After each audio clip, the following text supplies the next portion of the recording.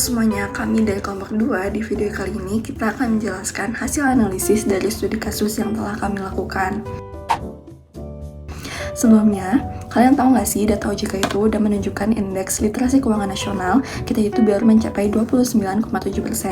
Nah, di tingkat SMA, angka ini tuh kerasa real banget karena mereka masih belum bisa membedakan mana kebutuhan yang mendesak dan juga mana keinginan yang cuma sekedar lapar mata atau yang disebut FOMO. Dan itu tuh seringkali bikin kita terjebak dalam keputusan keuangan yang tidak rasional. Nah, itu tuh bahaya. Kenapa bahaya? Karena rendahnya pemahaman finansial sejak dini tuh bisa berdampak panjang, mulai dari pengelolaan anggaran yang buruk, sulit mandiri secara finansial, dan juga kita bisa rentan terhadap penipuan investasi. Nah, dari hasil observasi kami ada 3 masalah utama. Yang pertama itu kita nggak terbiasa untuk mencatat pengeluaran kita. Kemudian yang kedua, kita sulit melawan rasa impulsif kita ketika belanja.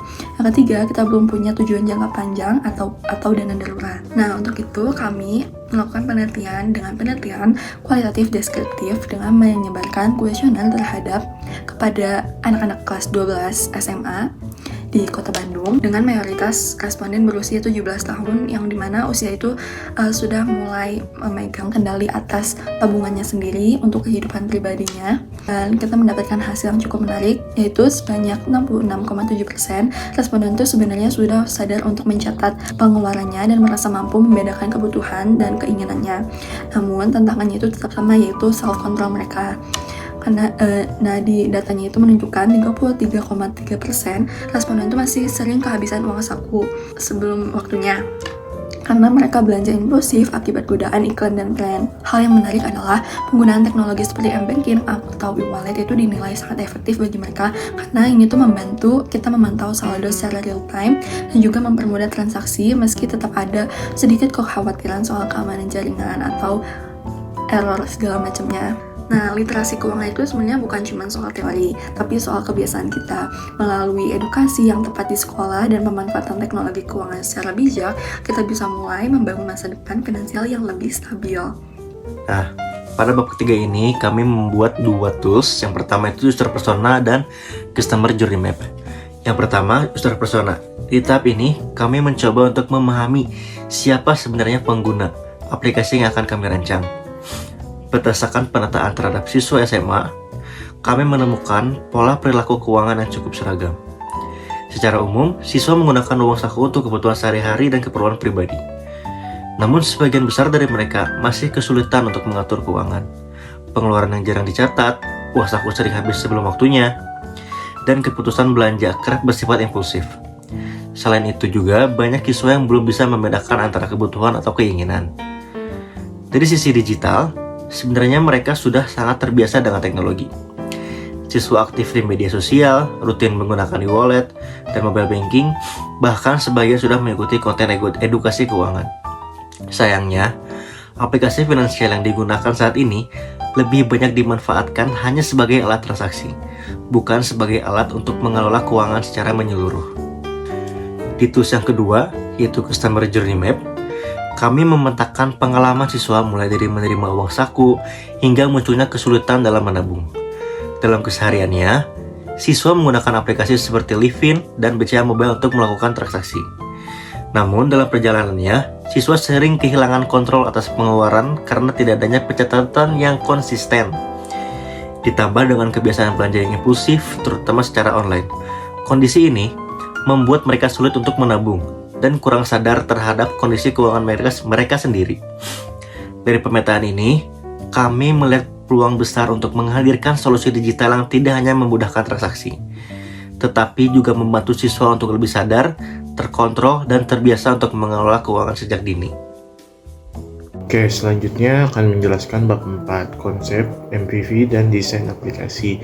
Pada bab ini, konsep minimum variable atau MVP dari aplikasi keuangan remaja dirancang dengan sederhana, mudah diakses, dan menarik agar tidak terasa dibebani. Tujuan utama aplikasi ini membiasakan remaja untuk mencatat uang saku dan pengeluarannya, menumbuhkan kebiasaan menabung, dan meningkatkan literasi keuangan dasar melalui edukasi ringan. Aplikasi ini dituju untuk pelajar SMP sampai SMA usia sekitar 12 sampai 18 tahun.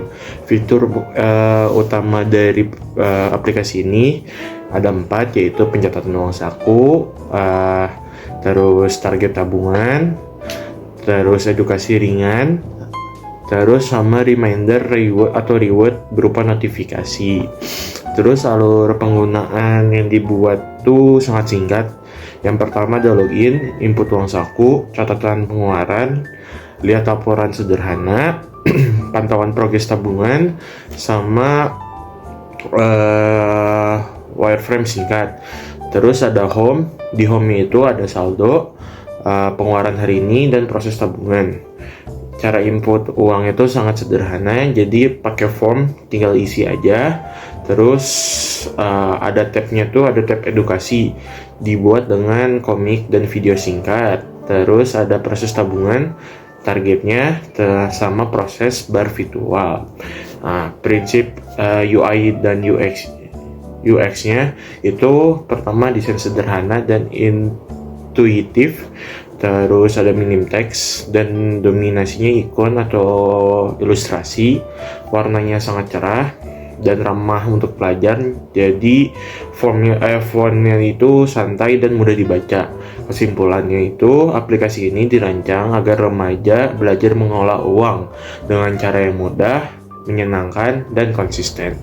Terima kasih. Oke, pembahasan ini menganalisis model bisnis, pemanfaatan teknologi inti, serta resiko dalam perancangan MPV aplikasi literasi keuangan untuk pelajar SMP, SMA. Nah, analisis ini bertujuan memastikan aplikasi memberikan nilai edukatif sekaligus layak dan berkelanjutan. Nah, model bisnis menggunakan bisnis model Canvas dengan target pelajar usia 12 hingga 18 tahun melalui fitur pencatatan uang, target tabungan, dan konten edukasi keuangan yang sederhana. Skema pre-premium serta kerja sama dengan sekolah dinilai realistis dan tidak membebani siswa. Nah, dari sisi teknologi, aplikasi memanfaatkan cloud dan API untuk mendukung skalabilitas, efisiensi biaya, serta fitur notifikasi dan pengingat guna meningkatkan keterlibatan pengguna. Nah, resiko teknis, keamanan data, dan adopsi pengguna diidentifikasi dan dapat diminimalkan melalui layanan cloud yang andal, sistem keamanan data, serta strategi engagement. Nah, secara keseluruhan, hasil analisis menunjukkan aplikasi memiliki kelayakan implementasi yang baik dan berpotensi meningkatkan literasi serta kebiasaan keuangan pelajar sejak dini. Kemudian ada pengertian shadow banking. Shadow banking itu apa? Shadow banking adalah sistem, lembaga, dan aktivitas keuangan yang berfungsi seperti bank, seperti memberikan pinjaman atau pembiayaan, tetapi tidak berada di bawah regulasi perbankan secara langsung. Contohnya itu termasuk perusahaan pembiayaan, fintech lending, reksadana pasar uang, dan lembaga investasi tertentu. Disebut shadow bukan karena ilegal, melainkan karena beroperasi di luar sistem bank konvensional. Dampak shadow banking memiliki peran penting dalam menyediakan akses pendanaan yang lebih cepat dan fleksibel bagi masyarakat dan pelaku usaha. Namun, karena pengawasannya lebih longgar, sistem ini juga memiliki resiko seperti potensi gagal bayar dan resiko stabilitas keuangan jika tidak dikelola dengan baik. Oleh karena itu, diperlukan pengawasan agar manfaatnya maksimal tanpa menimbulkan risiko sistematik. Untuk pengertian GoStep adalah utang yang secara hukum atau administrasi masih tercatat, tetapi tidak disadari atau tidak lagi diakui oleh pihak yang berutang. Utang ini bisa muncul karena bunga dan denda yang terus berjalan, kesalahan pencatatan, penipuan, atau utang lama yang tidak pernah ditutup secara resmi. Disebut ghost karena tersembunyi dan baru terasa saat muncul tagihan atau masalah hukum. Dampak GoStep dapat merugikan individu maupun sistem keuangan, seperti menurunnya kredit dan memicu konflik hukum, dan menambahkan beban keuangan tanpa disadari. Dalam skala lebih luas, GoStep mencerminkan keuangan, transparansi, dan literasi keuangan. Oleh karena itu, pentingnya rutin memeriksa riwayat kredit, memahami kontrak utang, dan memastikan setiap kewajiban keuangan diselesaikan secara resmi.